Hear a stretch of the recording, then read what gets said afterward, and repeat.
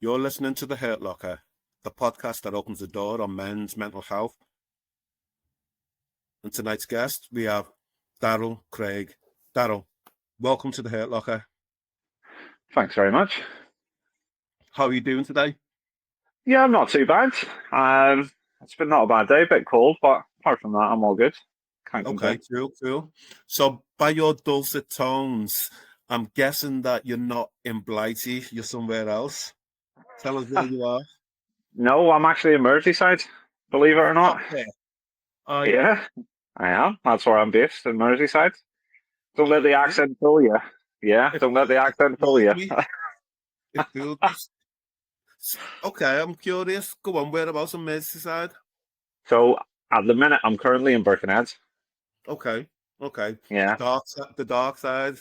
The dark side. Yeah, the dark side. I'm not an Evertonian, and I don't support Liverpool either. So I'm like, I'm behind enemy lines, so I'm a United supporter, you see, so I need to keep that in the hard top. You are I definitely know. behind enemy line. Wow. I'm not going to talk about last night's results. No, please don't. I'll cry. I don't want to cry.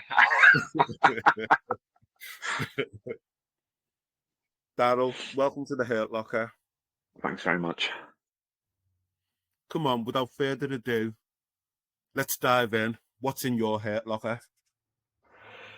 Oh, wow. What's in my Hurt Locker? See, it's all right putting it down in a book. I can do that. That's fine. So yeah, I think I've got like quite a lot from like the childhood and stuff like that, and growing up, a lot of stuff that I think took me many, many years to release. And it caused quite a lot of problems, I'd say, in my like early teens, late teens, 20s, until I learned to deal with them a lot better.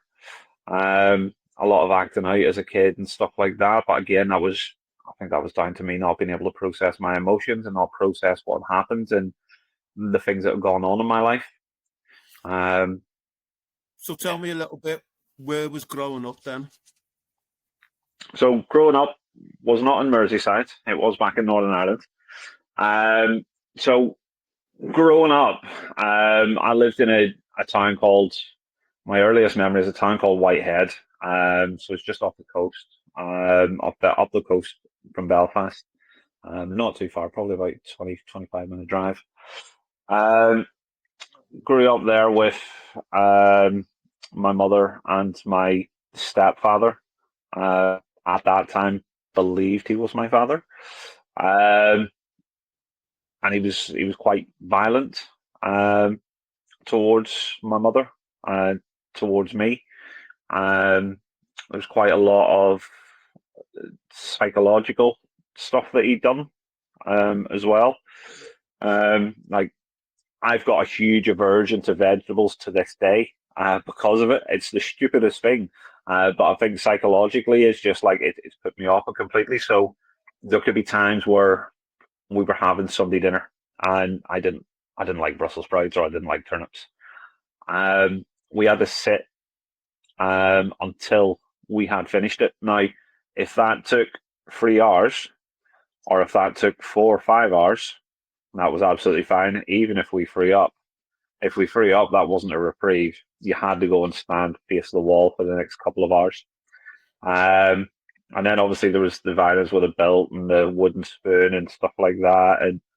And seeing him like, throw my mum over a chair while she was pregnant with my little sister, and stuff like that. So yeah, that was sort of my earliest memories of my childhood, growing up between the ages of like 3 till about 9, 10.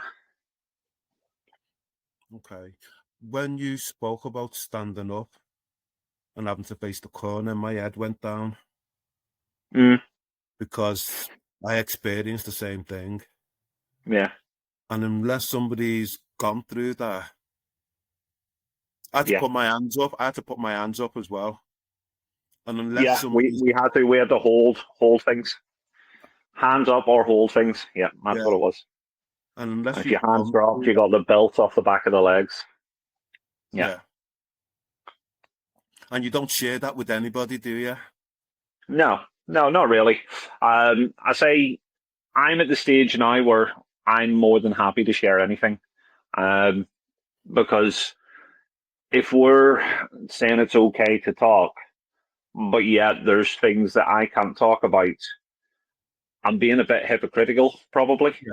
So I need to like show that I can't go and tell people, it's all right to talk and it's all right to release if I don't do it. So I'm at the stage now where ask me anything, I will answer it. I don't hold anything back because I know that it's okay to talk. I know that it doesn't make you weak.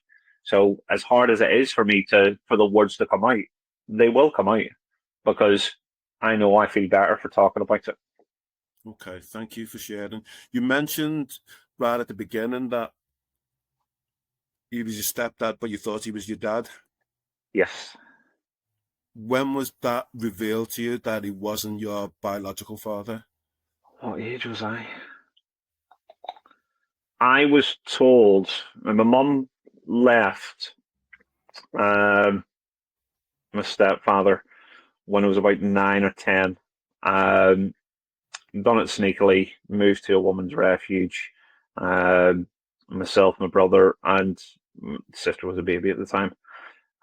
Moved to a woman's refuge, and then got a house in Brisbane, which is close to Ballymena in Northern Ireland. And then it was after a while being there, she sat me down and she told me, she said, I just want to let you know that Sammy, he's not your dad. I thought, oh my God, thank God. I said to my brother and sister no, but it turns out he was their father. So I was ecstatic, and I thought they were in the same boat as I was, because I was only about 11 years old at the time. So it was like, yeah, I didn't really know any better. So I was a bit disappointed in finding out that he was still their dad, if that makes sense. So he was still in their lives, even if it was Yeah, just tenuously. He was just by association, biological association. yeah. I mean, he was still in their lives, and at that point, they were still very, very young, so they couldn't necessarily make a decision whether they wanted to go and see him or not at that stage. But it got to there was one time as well that he came and picked them up. And then when he was going, he dropped his eldest daughter, who my mum still at that point had a bit of a relationship with. So he had like eldest daughter, she was in her like 20s at that time. So my mum still had a bit of a relationship with her. So she came and stayed while he took the kids out for the day. And then when he come back, his daughter got into the car, but he never let my brother and sister out of the car, and he drove off. And at that point, he tried to take them back over to Liverpool. And I was only 10, 11. I was watching out of my bedroom window, and I was absolutely furious. And I tried to chase the car down. I ran down the stairs and tried to chase the car down the street. But I think because my little sister was only a baby at the time, he brought her back and just kept my little brother. Wow. What was the state of your mum at this time? She was already in a bad way because obviously she'd been in that domestically abusive relationship for years, and she that obviously had quite a profound effect on her in itself. So when the effect that had, that broke her, when obviously he just drove off, it was like, because it was premeditated, it was planned, and it completely broke her, and it broke me. And at that point, I don't know what to say to her. I don't know what to say to make anyone feel better at that time. I'm only 10 or 11 years old. I'm still a child. So yeah, that was I can remember that so vividly because I can remember looking out the bedroom window as well and just seeing the car drive out of the cul-de-sac and away. But that broke her. She fell to her knees, completely. But I just like tried chasing the car down, like because that's the only thing I thought I could do. I'm going to have to like try and chase the car down. I'm only 10 years old, I can't do that. But yeah, so that was sort of like the thing, and that it took months to get my brother back. His mum had to go through the courts and stuff like that and everything. And I thought, well, how did she have to go through the courts when, he's just pretty much snatched the child? But again, it's a system. Biologically, he's the father. He's allowed to take him and stuff like that. But it's like, yeah. That still sits heavy with you now, doesn't it? It does, and I think a lot of stuff that happened to me in my childhood, it does sit heavy with me. But I say I'm in a lot better place to like talk about it and to like deal with it and stuff like that. But yeah, a lot of it does sit really, really heavy with me. A lot of it will still like affect me when I talk about it. But again, at the same respect, I'm all right talking about it, if that makes sense. Yeah. You spoke about, early teens, late teens, 20s, acting out. I'd imagine that once you, your mum, the family moved to the refuge, you just weren't walking on eggshells at that moment in time. There was a sense of freedom, liberation. Yeah. So we moved to, it was Coleraine, so you're talking about like 40 odd miles away. And to be fair, it was literally one room in a refuge for like, 4 of us. It wasn't all bells and whistles, but we were happy. You weren't looking over your shoulder. You weren't stepping on eggshells. Um, at that time, obviously, when my mum was taking us to school, because we ended up going to school up there as well.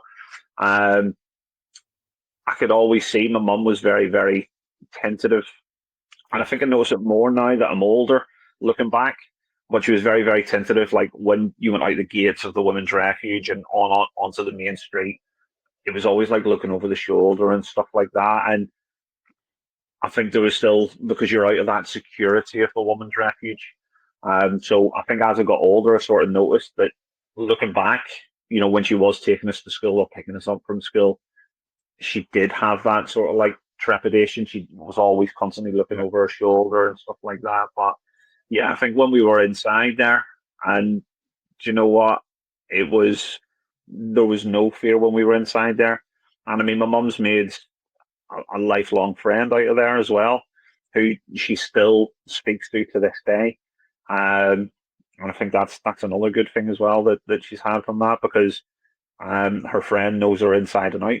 Yes. And she knows her friend inside and out as well. Yeah. Shared experiences, isn't it? Exactly. What was going to a new school like for you then? At that time, it was primary school, so I was all right in primary school. When I'd left, because obviously we left when Mum finally got a house, so we'd have to change primary school again. But I was classed as a breath of fresh air. I was in the choir, all sorts. I was an angel when I was in primary school. But yeah, in primary school, like changing, because you don't have like, what's this person going to think of me, or what's this person going to think of me. You don't have that in primary school, so I think I moved to like 4 or 5 different primary schools throughout like my childhood. And then after we left that one in Coleraine, we moved to Brashane, and I went to Brashane Primary. And again, that was fine. Still good as gold. Back in the days where they had the 11 plus, done the 11 plus, smashed that. Absolutely fantastic. And then it all sort of went a bit downhill when I went to secondary school.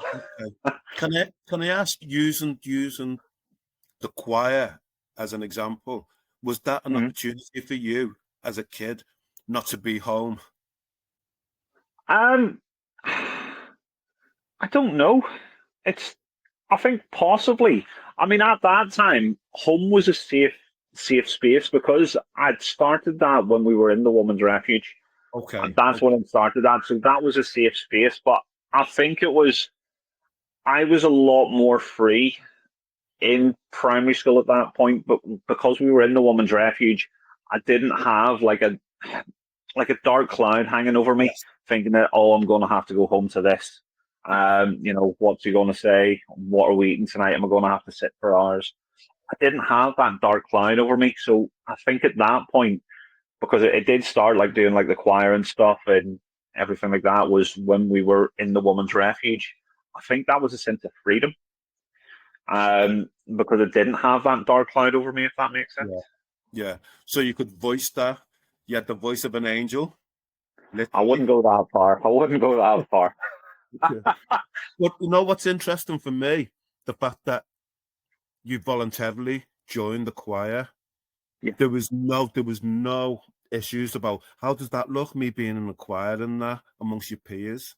That yeah. it was something that you enjoyed and you Yeah, I mean there was no issue with it back then because we used to have it, and it was, I don't know whether they still do it or anything like that, but all the schools in Northern Ireland, they sent their choir to there was something called UTV School Choir of the Year.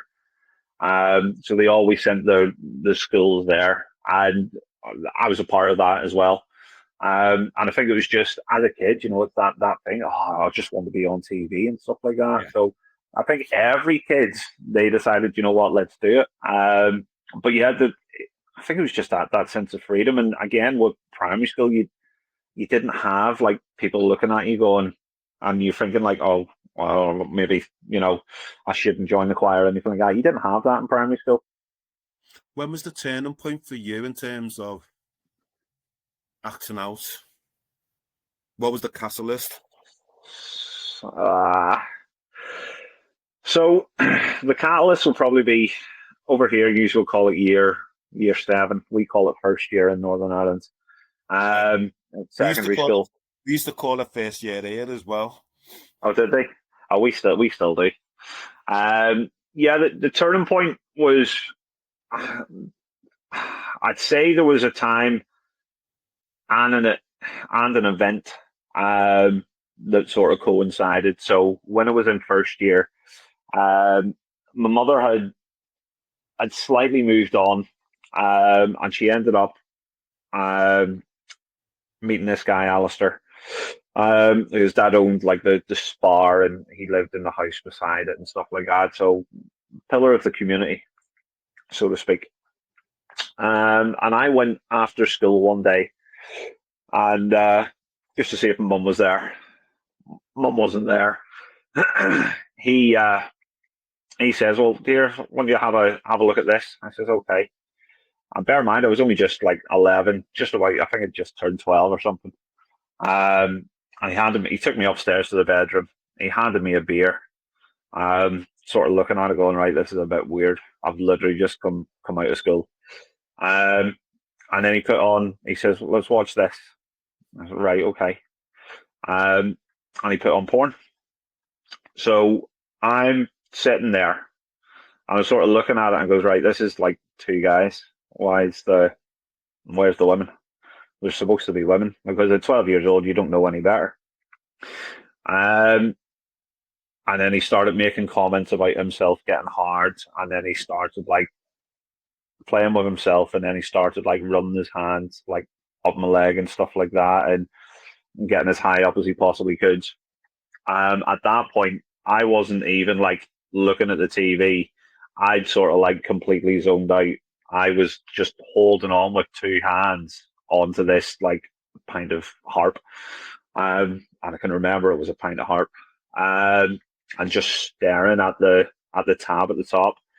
I don't know how long it went on for, whether it was 5 minutes, whether it was 10 minutes. It could have been a lifetime for all I knew. Um, I couldn't even hear at that point what he was saying, but I just got to the stage where I had to like get up and just make a beeline for the door. Everything else around me was a blur, and I left. And I think that was probably the catalyst for me acting out. because I never told anyone about that for near enough 20 years. So yeah, that would have been the catalyst, because I think me trying to process that at 12 years old and not having any sort of release was probably the catalyst for me acting out. I'm probably going through like into like secondary school and stuff, and you're being judged a lot more and stuff, and there's a lot more pressure on you then. So yeah, that's probably the catalyst for me acting out. Thank you for sharing that. No, it's I all right. Like I say, I'm at the stage where it can be hard to say the words, but I do like to be able to talk openly. And again, it goes back to, if I can do it, maybe someone else can do it. hopefully. I'm just wondering how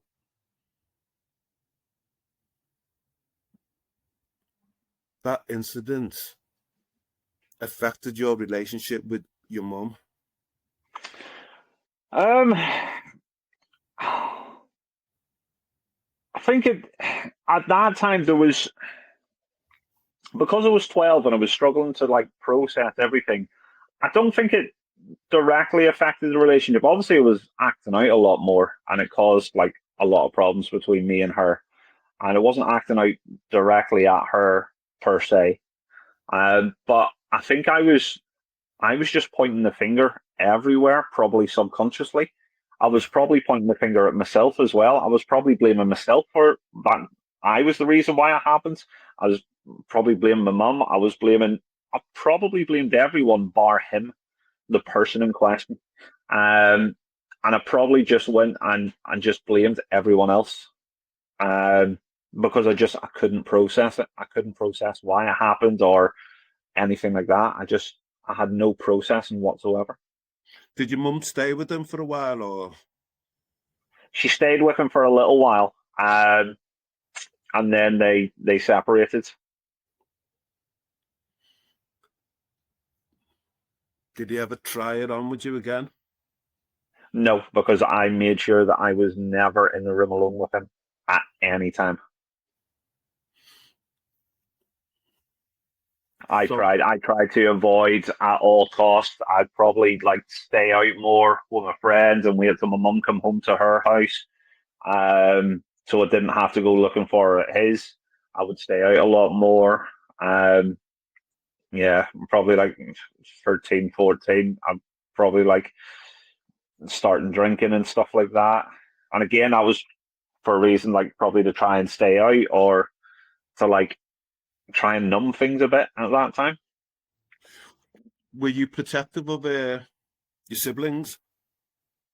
Always. I've always been protective of my siblings, um, especially obviously with my stepfather and what he'd done. Whether it be like throwing my mum over the chair while she was pregnant with my sister, kidnapping my brother and sister and stuff like that. I've always been very, very protective of them. How was that then, being, I don't, yeah, being your siblings, being around him, Alistair?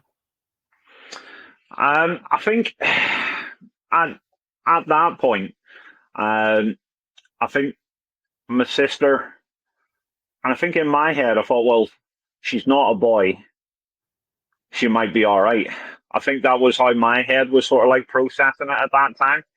Um, and I think like I'd sort of hoped in my head, and it was probably naivety in my probably me being naive at that age.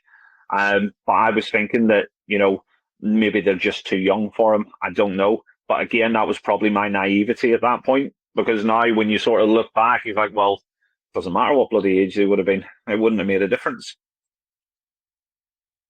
Did you ever talk to your brother or sister about it? About what Um, happened to you? my sister knows about it.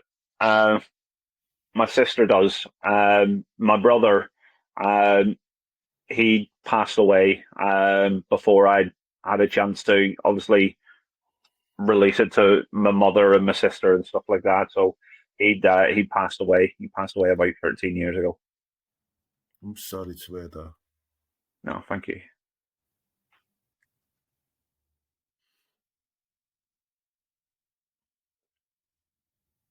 You speak about acting out. You started drinking, staying out late, etc. What other things were occurring in your life to numb? What I was doing, so like in regards to acting out. Yes. So I would in school I would answer back. I'd get suspended, fighting. I got lifted home by the police after school for beating the head off some kids.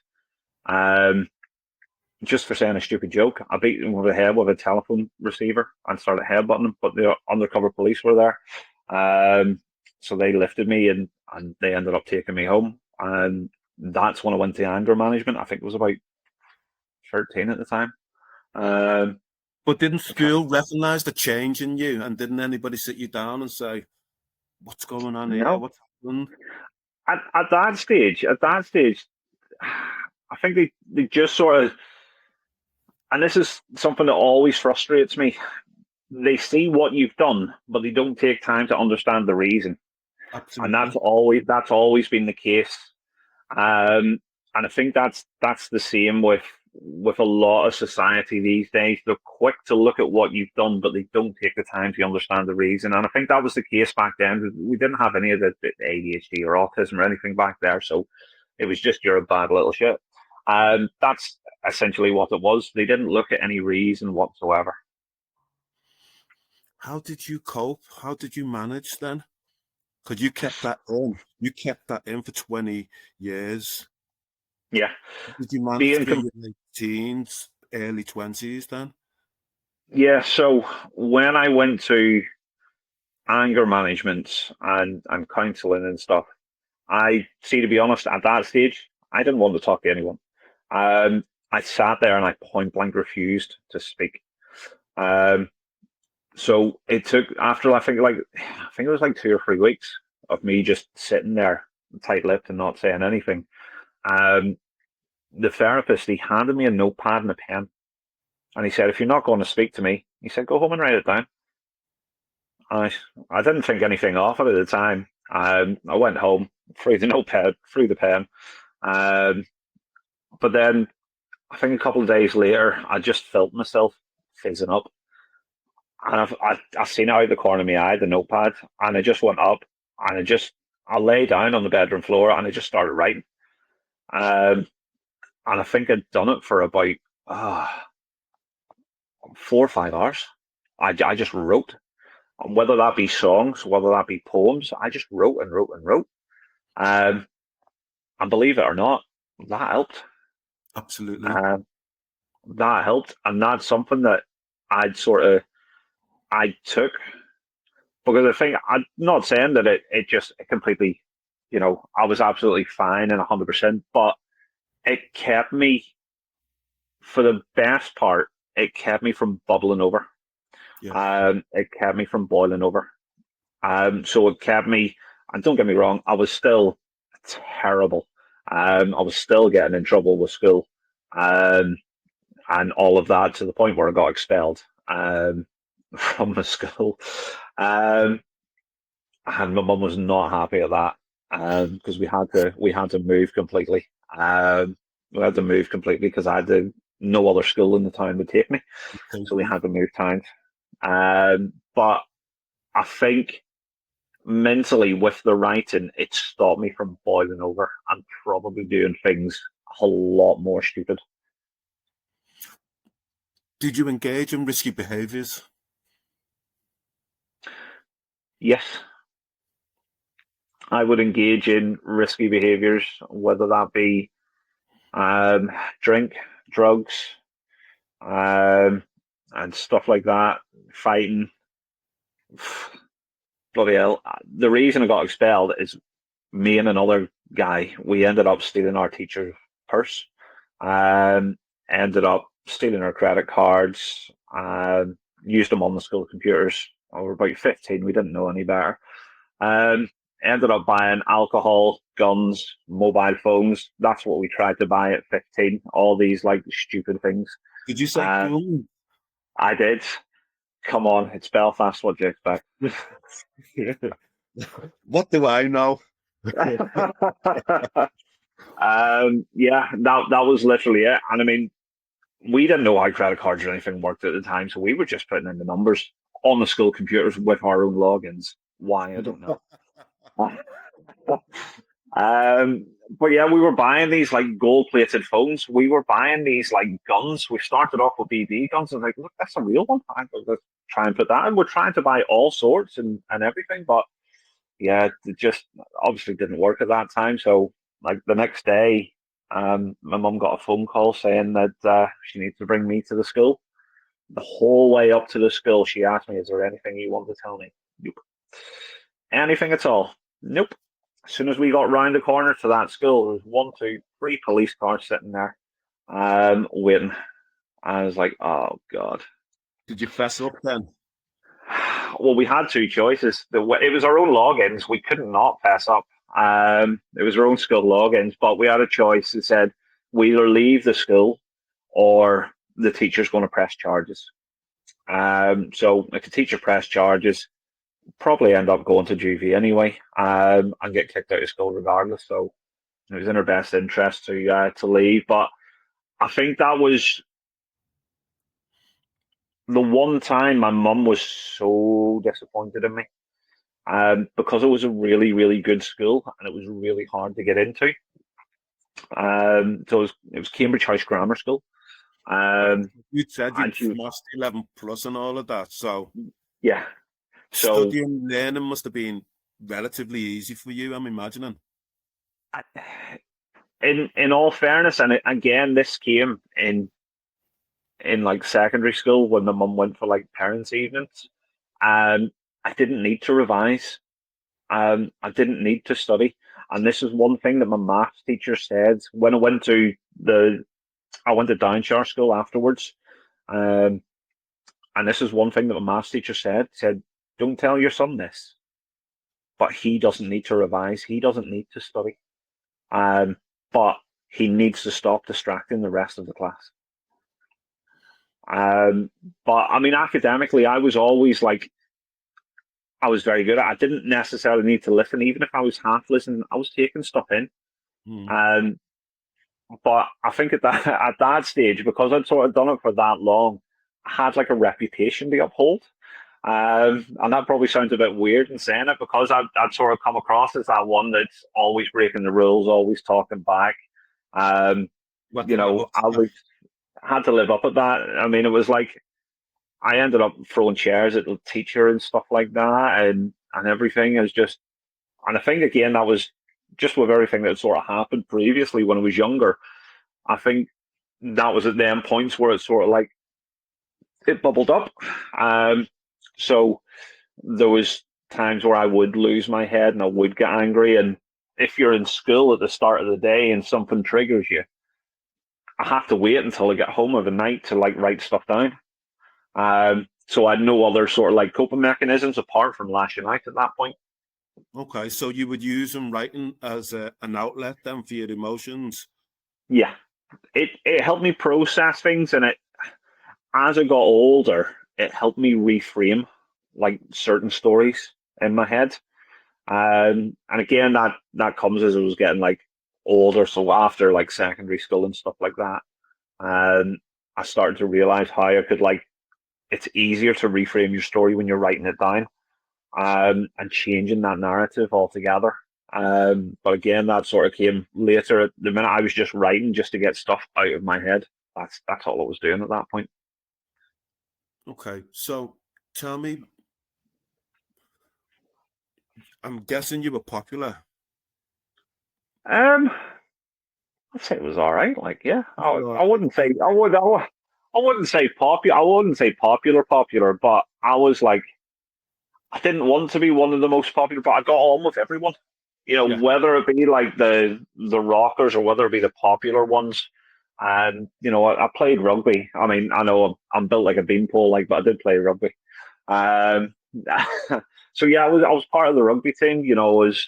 was friendly with most people around there, different sort of like groups and stuff. And I was friendly with like all of them. And I think with that, I don't know whether it was because like I think in a way, thinking back now, I think I was friendly with them all because I didn't know what box I fit in, if that makes sense. It does. I think that's interesting. I'm going to go back a little bit because you used the Yeah, word several times, reframing yeah, the yeah. narratives, your experiences. And I was Mm. wondering, therapy, you've had therapy. Yeah. When was the first time? I mean, you spoke about the first time and they gave you, after the 3 sessions, some to write it down. But Yeah. So that was the first time.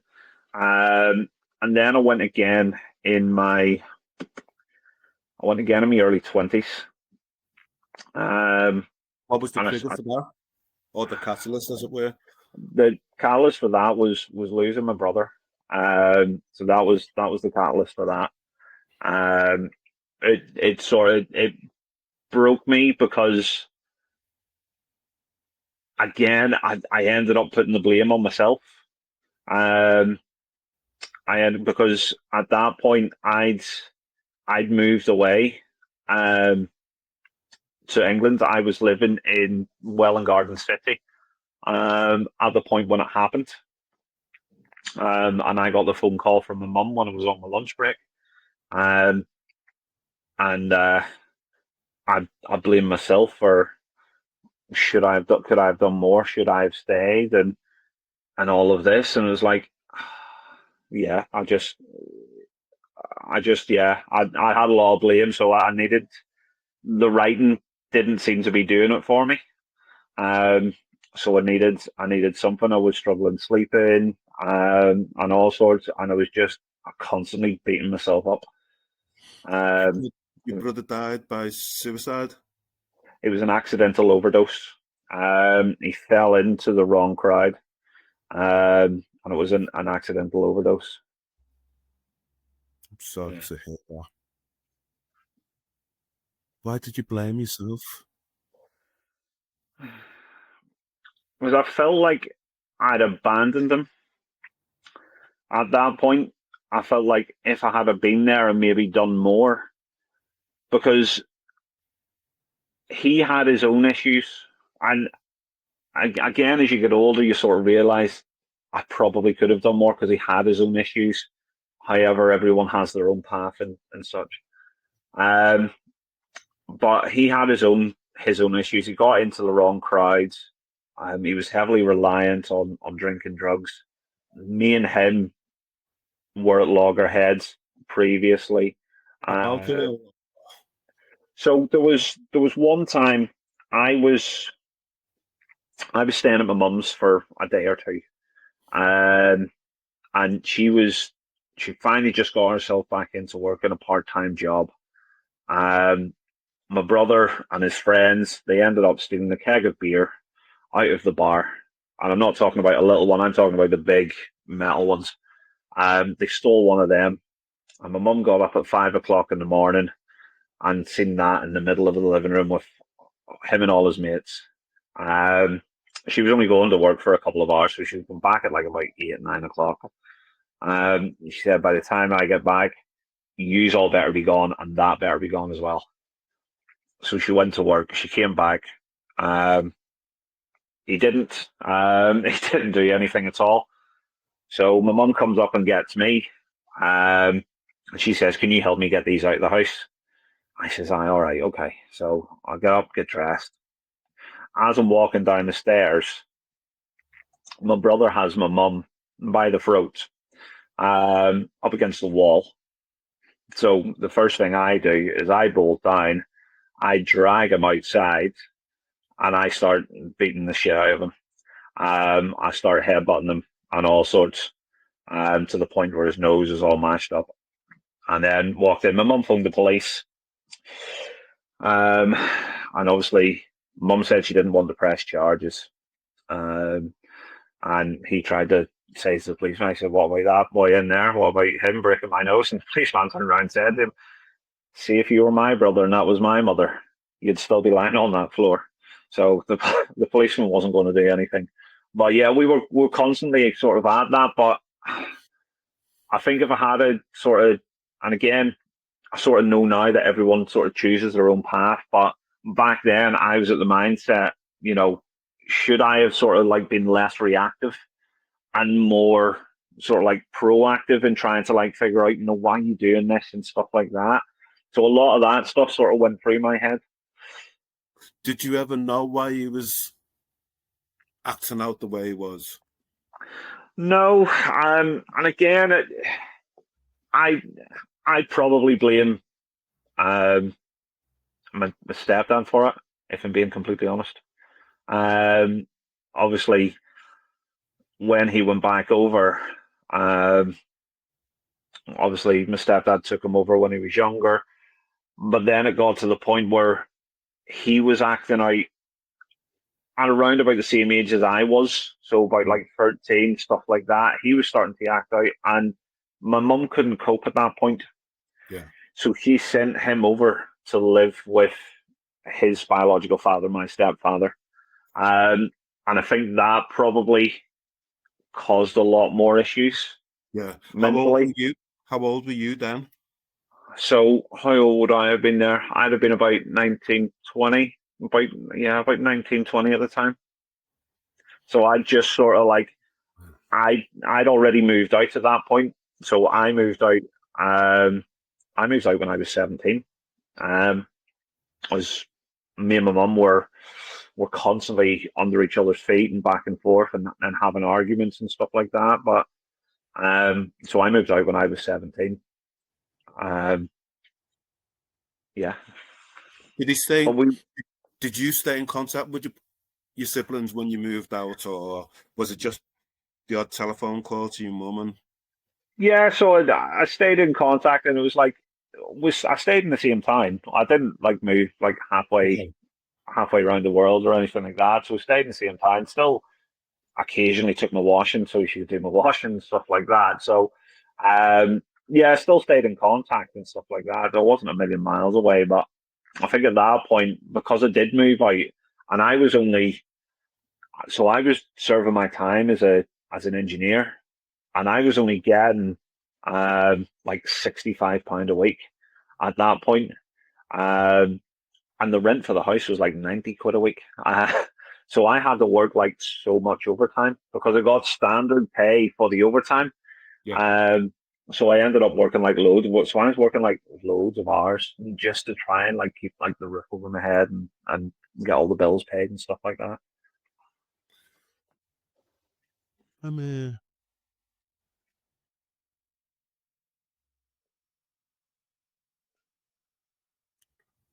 No, we'll stay with this.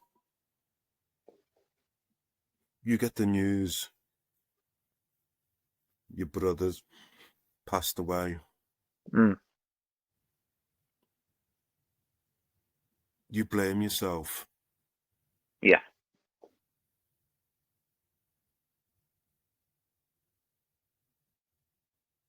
Why did you look internally towards you as if it was your fault? I think because I was the oldest. I think because obviously I've been the one to try and like be the man of the house, because there wasn't that solid father figure there, so to try and be the man of the house. So I think a lot of that weight and a lot of that responsibility sort of fell onto my shoulders. I'm not saying anyone put it there, but I think I put that on myself, because of everything that I've sort of dealt with, and everything that I've seen my mum go through. I sort of put that weight on my shoulders, to be there to like, pick people up when they've fallen down and stuff like that, whether that be my mum, whether that be my brother, whether that be my sister, to try and pick them up when they've fallen down. Who was there to pick you up when you fell down? To be fair, even everything that my mum was going through, and when she was having bad days, she would still try and pick me up. But again, it's apart from that, there was no one really to pick me up. Obviously at that point, I was in contact with my biological father, but I was going to say that's towards the end, but go on anyway. so I was in contact with him, and I was going down to visit him like every other weekend. And I've said this before, I didn't feel that I could open up to him in regards to, because again, it comes back to, you just look at what someone's done and don't look at the reason behind it. So anytime that I'd misbehaved in school or anything like that, it was always, oh, why are you doing that? You know, you got into that school, you're ruining your chances and stuff like that. Not asking me the reason. And I'm not saying that he's done anything wrong. I think that's just a normal thing that people like they do in general. But and I think when it came to like, I did try and I think I tried to mention to him what happens with my mother's ex-boyfriend, and I finally like admitted to it at some point. And I think I tried to tell him, and the first thing he said was, "No, I don't want to hear it." And I don't know whether that was fear, because it would upset him or anything like that. And I don't blame him for it. You know, sometimes it's stuff like that's going to be hard for people to hear. You know, and it's going to like break certain people, and I get that. So I think since that, I'd sort of like, when I'm sort of feeling down and stuff like that, and you know, there is times where I will tell him stuff, and there is times where I won't. So like I'd say about 3 years ago, when I was on the bridge in Halton, ready to jump off. And I did tell him that afterwards, and it was only a member of the public driving by, and they contacted the police, and the police pulled me off. But I did tell him that, but he broke down in tears. And I think I can be a bit sort of hesitant telling him stuff because I don't know how it's going to affect him, because I don't feel that he's been through it, if that makes sense. You know, he's been through similar stuff, so I don't think that he'll understand as much. I don't know. It's is that okay? I'm hearing you, and I'm going to challenge you here. Go on. Are you being unfair to him that because he may not have lived your lived experiences, that you're denying him as the son the things that pain and distress you? Would it be denying him, or would it be protecting him, though? Isn't that for him to decide? I don't know. Yeah, I would say it probably is. I would say it probably is for him to decide. Yeah, you're probably right. Because what we're talking about here, and we're on the Hurt Locker and that, and you spoke wholeheartedly about being authentic and all of that. Yeah. And it's all of you. Yeah. It takes all of you. And I think one of the things that I know within my own life, some of the baggage and the shame that I carry, and I've had guests on here and I've not said anything, but I've just held my head down because I've been through similar things myself. Yeah. But I realised that the reason why I hold my head down is because of shame, not because I did anything wrong, but because of shame that it happened to me. But at the same time, I was a kid. Yeah. I was a kid. Yeah. You know. And that's it. That's it. Let's say for 20 years, like the stuff that happened to me as a kid, I didn't speak about, because again, like you say, it was that shame. But I'm at the stage where I will talk about it freely now because I'm not ashamed. Because everything good, bad, or indifferent that's happened to me in the past has made me the person that I am today. Absolutely. And that's so. I'm more than happy to talk about it. I'm not ashamed of talking about it, anything like that. That's why I said I'm happy to come on here and just be open and honest. How Um, did it how did it come about, you opening up to your sister, to your mum? um, it happens. We were all. I come over, and it was myself, my mum, and my sister, and we were all sitting down, and we were having a drink, and it was the first time that we'd been together properly for a number of years, and we started reminiscing about stuff, and something was said, and it seemed to trigger me, and I said, right, I need to tell you something, and I just verbally vomited the whole thing out to them, and my mum broke down in absolute tears. So did my sister, because obviously they had no idea.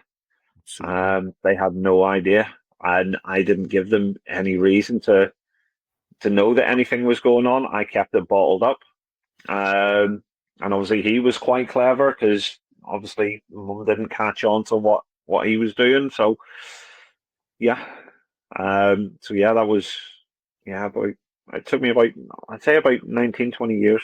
But then we just sat down, and I can't even remember what was said. Um, to sort of like it spring up in the front of my mind. But at that point, I thought, right, used to are here. It has to come out now. And do you know How did what? that I go on? felt a hell of a lot better. It was like the first person that I'd ever like said anything to was my mother and my sister. And do you know what? I felt like a sense of release. I could have slept for a week. Um, Absolutely. After they sort of got over the shock, because my first instinct was, oh my god, now they're like both bawling their eyes out, and my mum's like blaming herself and stuff like that. And it's like, oh, it's not how I wanted this to go. Um, but then we sort of like talked about it and stuff like that, and I'd mentioned, how it had affected me and stuff, and this has sort of like come down to some of the reasons why I was acting out when I was younger. Um, so yeah, but yeah, after everything had sort of settled down, I felt like I could sleep for an absolute week. I feel as if this is a difficult question for me to ask you, but I'm going to ask you anyway because we're Go talking about mental health and that.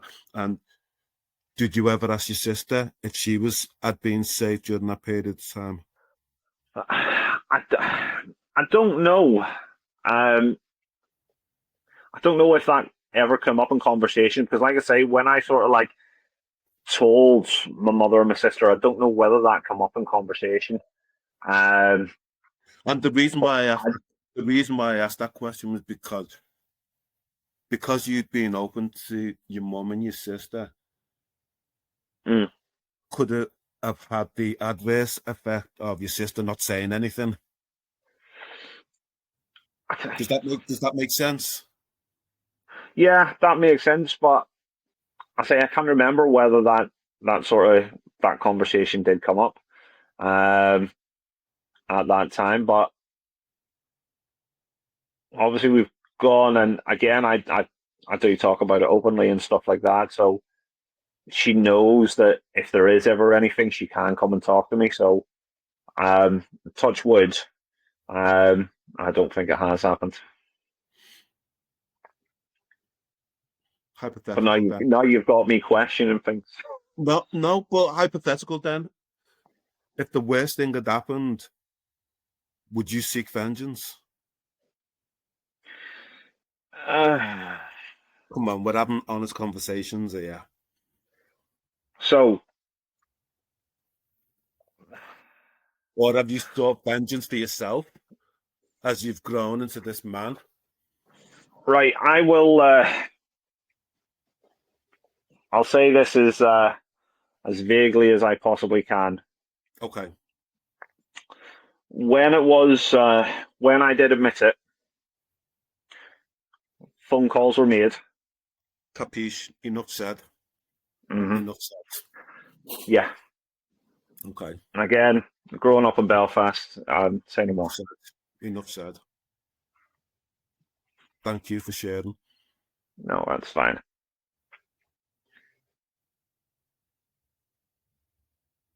You know,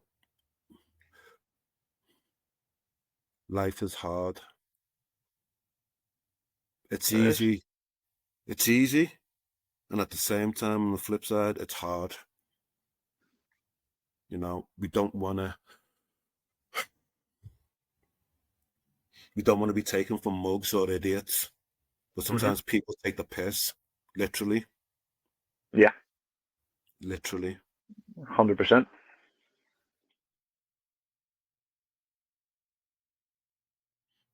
Going back to your brother when you went into therapy Mm. in your early 20s, how was that for you? Um, I think at that point I was more open to talking, but again, I've always been one where I didn't think it helped because I always come out feeling worse. Every single time, I You always know, come got out a feeling smile on worse. his face. Yeah, I didn't think it worked because I always I always come out feeling worse. And it was like, it's like opening Pandora's box and then all these things Absolutely. come flushing back and stuff like that. Absolutely. So I always felt worse. And every time I sort of walk, I go, why am I here again? Um, so yeah, I mean, I've nothing against like therapists or anything like that, but I I'm glad don't you said think, that. I don't think it's one glove fits all. Absolutely Um, not. Absolutely not. And you know what? that's why I sort of come to the conclusion at, and yeah, one glove. It's not one glove fits all. And I would say to that, sometimes sitting in a room looking at somebody face to face might not be the ideal combination. It could be Yeah, going for a walk or fishing or yeah, even playing rugby. And then you'd mhm, have that camaraderie and that esprit de corps. And that's yeah, where the bonding and the sharing can happen. yeah. And I think it's just, and that's why I'd sort of like, that's the stage I'm at now. Because obviously I do the writing and stuff like that because that's a form of release for me. So instead of speaking to someone, I'm still getting the emotions and getting everything out from here. I'm still getting it out. And that's what I've sort of taken the years to like look at like there's got to be different ways than just writing to release. So I've looked 100%. at like art and stuff like that, and I've sort of taken time to study them and understand them and all these different ways to release, rather than talking to someone because, like I say, it's not one glove fits all, and that's why I've looked at all different ways to try and sort of like, because that's my goal at the minute is to help as many people as I can. So I have like spent the past couple of years like looking at all of these different ways to release because we need to stop like putting everyone in the same box. 100%. Can I ask, how old are you now? Ah, you're not meant to ask that. You're not a lady, No, so I can I'm ask you. 38. 38. Okay. Question. Do you do Hmm. writing classes? I do write in workshops. Oh, sorry, Yeah, writing workshop, yeah. yeah, I Do do. you, are they just solely for adults or do you do it for young? Um, I'll be honest, we are looking at doing ones for children aged 12 to 17. That's something that I'm putting together at the moment. Um, it's like I say, we've got about 9 different workshops at the moment, but I want to do ones for because kids go through a lot. Absolutely. Especially from We like know 12 this. to We know 17 this. as well. Yeah. And whether that's just like whether it's stuff going on at home or whether it's like the pressures of being in school and peer pressure and exams and stuff like that. Um, I want to put stuff together for them and then start working with kids aged 12 to 17 to try and give them a chance to release. can I ask the name of your workshops, or is it under?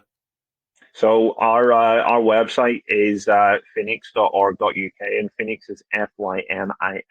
So it's a play on words. Fynix. Fynix.org.uk.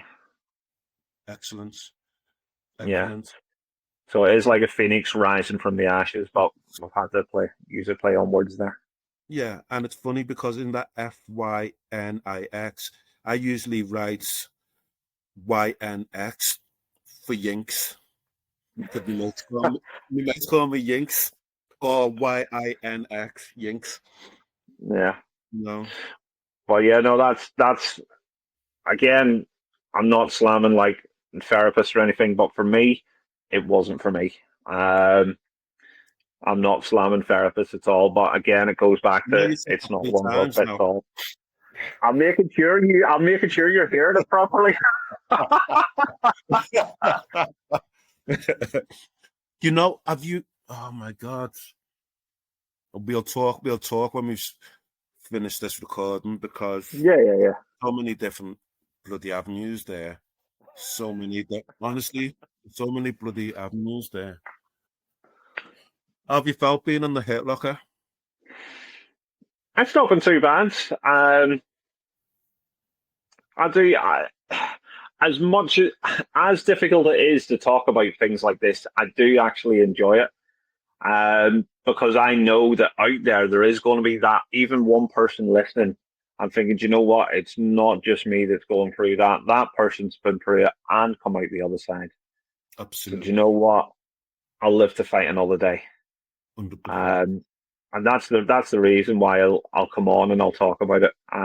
As hard as it is for me, I do enjoy it. Because I know it is going to help at least one person.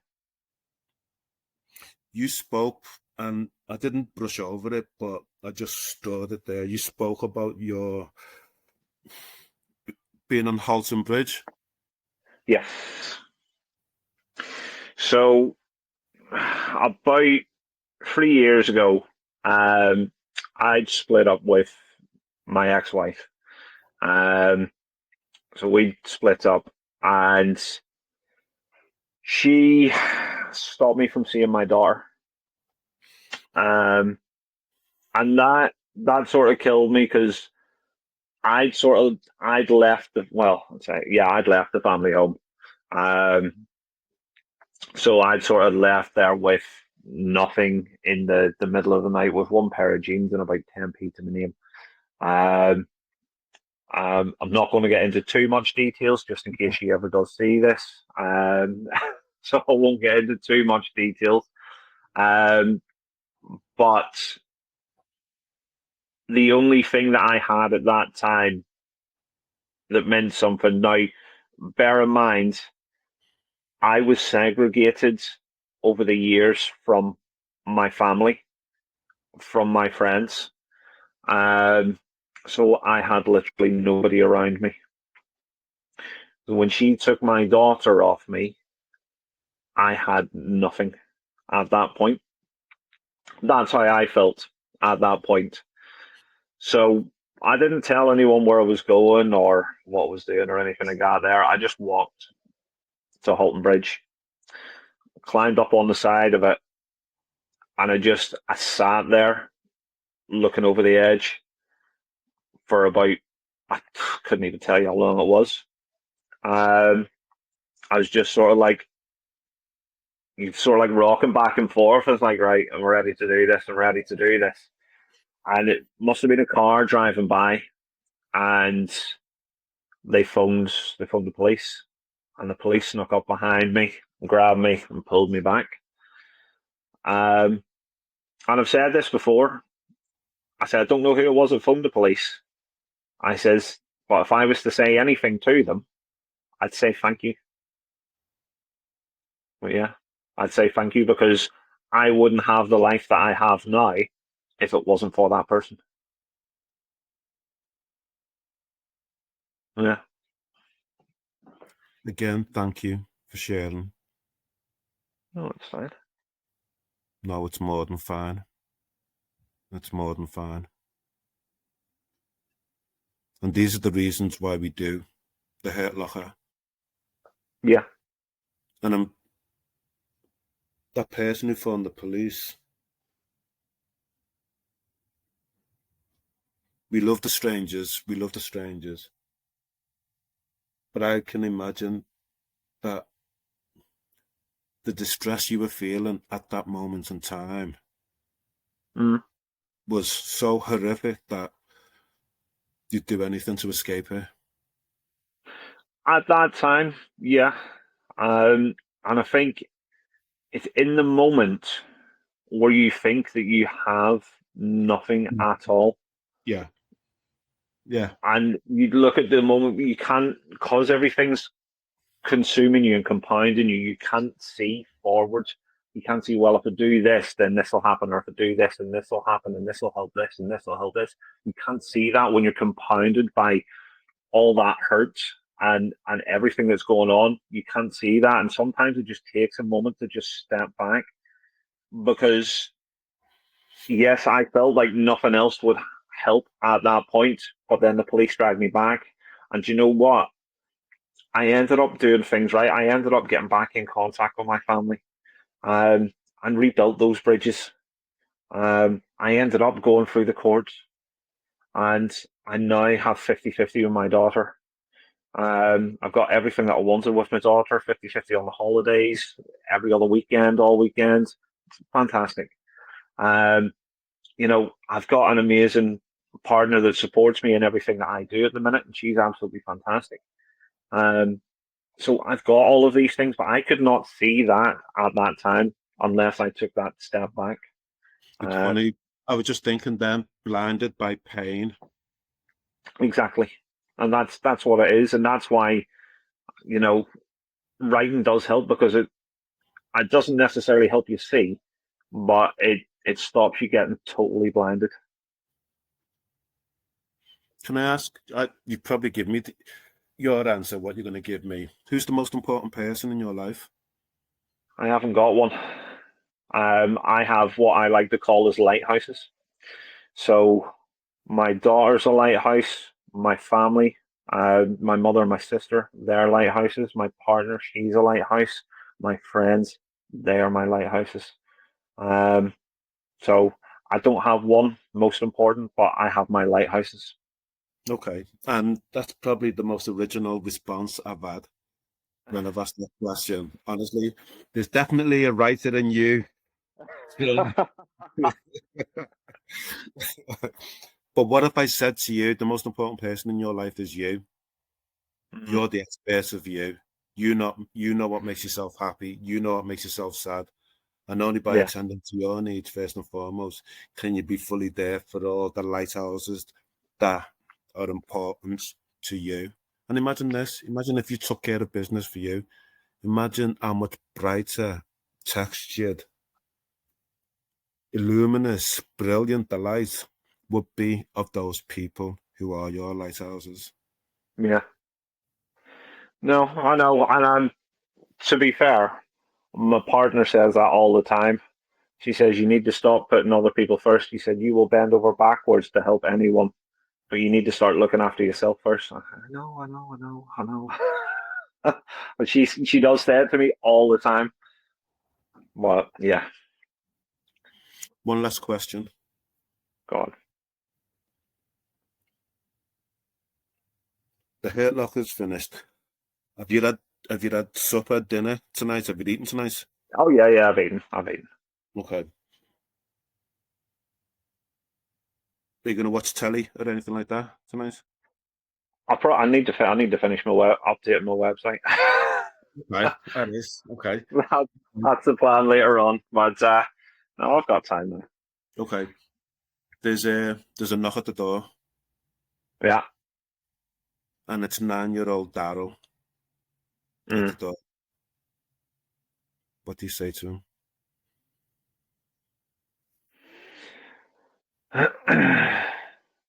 Don't keep everything bottled up. Find a way to release. Talk to the ones around you. And if you can't talk, start writing stuff down now. And you know what? It will get better.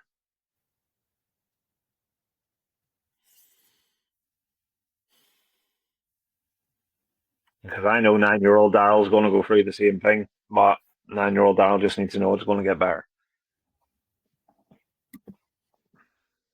Thank you for being on the Hurt Locker. No, thank you for having me. It's been a pleasure. No, it has. It's been a pleasure coming on and talking. Thank you for watching. Remember, you are not alone. If you or someone you care about is struggling with their mental health, please see the contact information in this episode's description for further support.